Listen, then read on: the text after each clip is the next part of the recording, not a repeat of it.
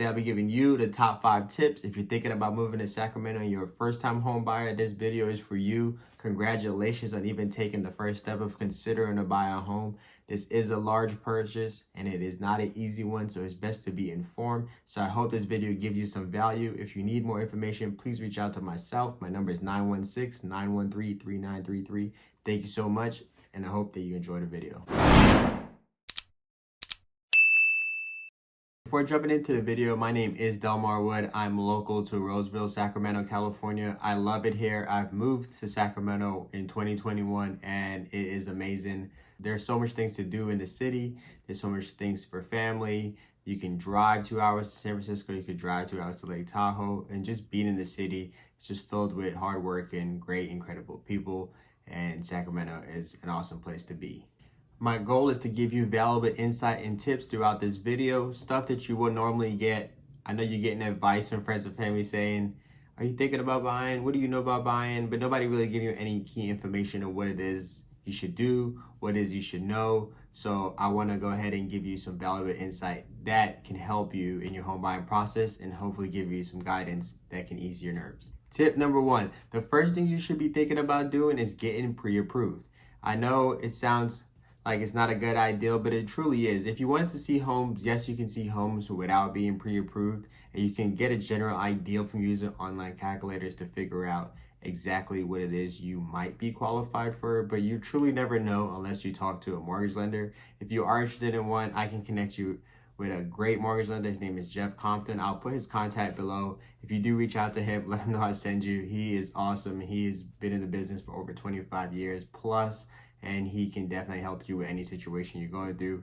And it's best to know what you qualify for before you go shopping anyways. But let's say you do go and you contact me and you're like, hey, I want to see this home.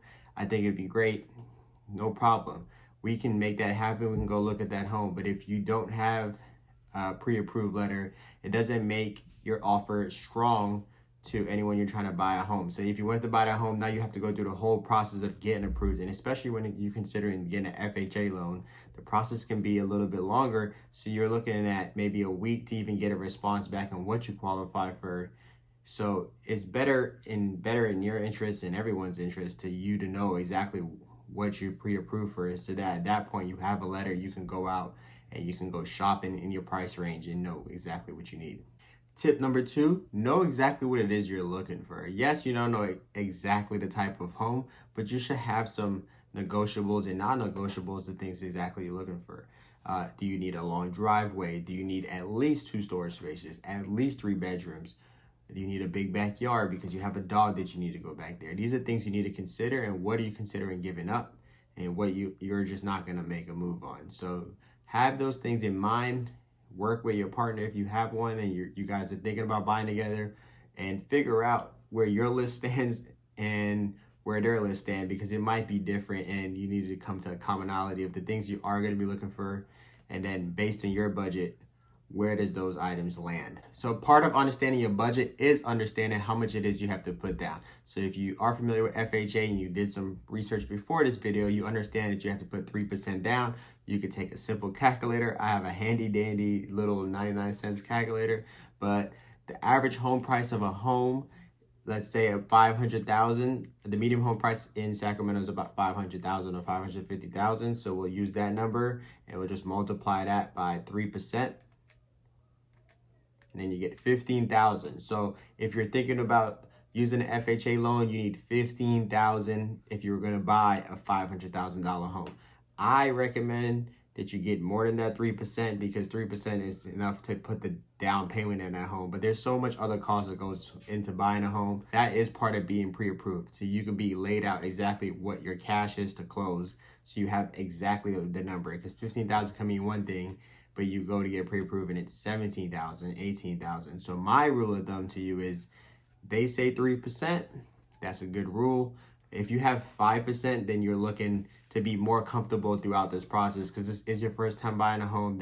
You don't want to be more stressed out when you're getting all these different costs that's popping up. You're like, oh, I don't know what I'm going to do. So use 3% as your baseline, your guideline, and what you're going after. But let's say, what's 5% of 500,000? If you had that amount, I'm pretty sure it's 25,000, but let's go ahead and put it in the calculator. 500,000 times 5%.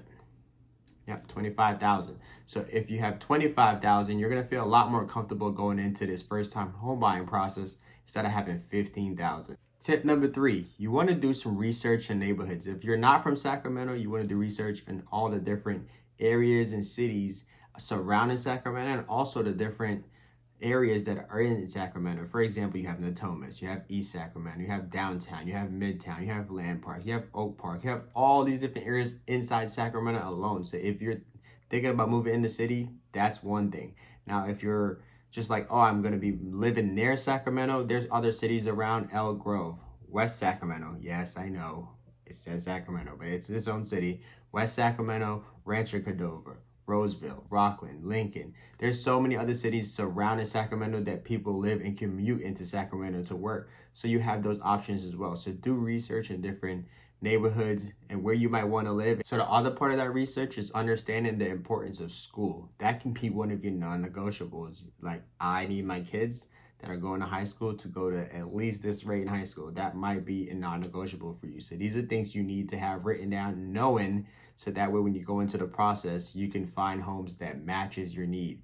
The last thing I want for you is that you get to buy a home and it's not the one you wanted and you settled. So being prepared helps you get through the process. Tip number 4, be prepared for additional costs. I know we talked about earlier putting aside that 2% extra needed for closing. That is where this comes in handy.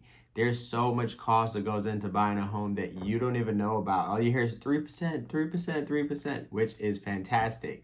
But you need to know more, and you need to talk to a lender or a realtor to get the true information. You have origination costs, escrow costs, funding costs. These are all the costs just for funding the loan. Then you need repairs of the home. You're thinking about moving into a home, you might buy a new set of furniture. These are things you need to account for, budget, and keep in mind. And then part of your non-negotiable might have been a nice big backyard that was well done. And because it didn't match your budget, you couldn't afford the home that had that, and you bought a home that didn't have that nice backyard you wanted. So now you're going to spend an additional $5,000 to fix that up to your condition. So just consider these things, and I want you to be prepared to not have the minimum so you don't be the most stressed out. Tip number 5, if you made it this far, I want you to know, congratulations and even considering to buy a home. This is not an easy process. It is a big purchase and is one that you should not do alone. Buying a home is the biggest purchase you'll make. That's what people say all the time, but it's really not that stressful when you understand your resources and understand what it is you're going after, what you're trying to buy, what is your game plan. Are you buying a home because you want it for the next 2 to 3 years? Are you buying a home that's forever for your family? All these things are matter. Are you just buying a home, be your first building block, and maybe 3 to 5 years you sell that home to buy a bigger home? Whatever it is it may be, you have to have a game plan going into it. But I promise you, think about this. So many other people have already bought a home. So there's no difference between them and you. I promise, if you think you can buy a home, it's something you dream about doing, it's something you really want to do, you can achieve it. So reach out to myself. Let's get started.